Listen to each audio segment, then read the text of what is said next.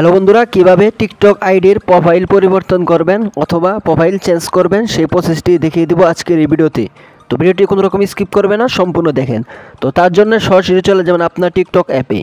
তো টিকটক অ্যাপে আসার পর তারপরে এখান থেকে দেখতে পারবেন আপনার একদম নিচে একটি আপনার প্রোফাইল আইকন রয়েছে। তো সরাসরি আপনি কী করবেন, প্রোফাইল আইকনে একটি ক্লিক করে দিবেন। তো এখান থেকে প্রোফাইল আইকনে ক্লিক করে দেওয়ার সাথে সাথে আপনাদের সামনে এখান থেকে আপনাদের টিকটক আইডিটি চলে আসবে। তারপর এখান থেকে দেখতে পাচ্ছেন এডিট নামে একটি অপশন রয়েছে, সরাসরি এডিট অপশনে একটি ক্লিক করে দিবেন।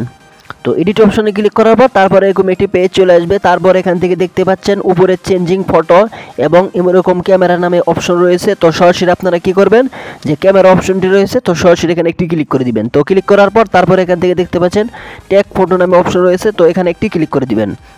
তো এখানে ক্লিক করার পর এখান থেকে আপনি রিয়েল ছবি আপনি এখান থেকে তুলে দিতে পারবেন।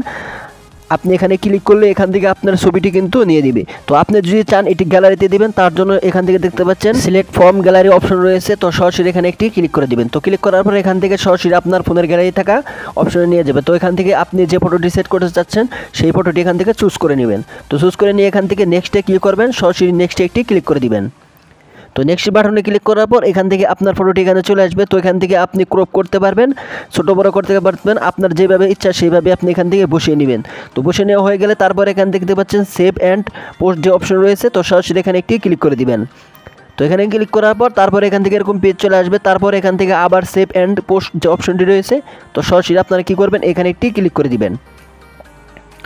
তো সেভ পোস্টে ক্লিক করার পর তারপর এখান থেকে আপনার ফটোটি অটোমেটিক চেঞ্জ হয়ে যাবে এবং টিকটক আইডির ফটোটি পরিবর্তন হয়ে যাবে। তো এইভাবে আপনারা আপনাদের টিকটক আইডির ফটো পরিবর্তন করতে পারেন।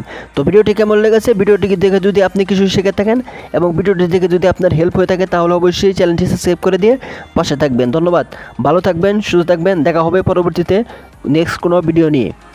ধন্যবাদ সকলকে।